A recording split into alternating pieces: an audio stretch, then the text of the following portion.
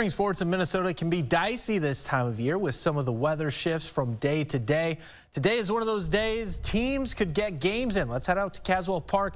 Mankato West softball battling the Faribault Falcons in a Big 9 conference matchup.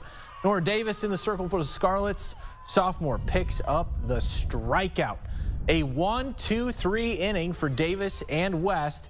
In the top half of the first, right-hander induces a couple of routine grounders to short. Bottom half of the first, Lily Considine sets the table for West. Legs out an infield single to lead things off for the Scarlets. Junior wastes no time stealing second. Slides in well ahead of the throw. Claire Roaring moves Considine over to third with a chopper off the plate. A productive out for the Scarlets, but the threat stalls there. Falcons get out of trouble, and this game is scoreless after one inning of action. We'll have an update of that matchup tonight at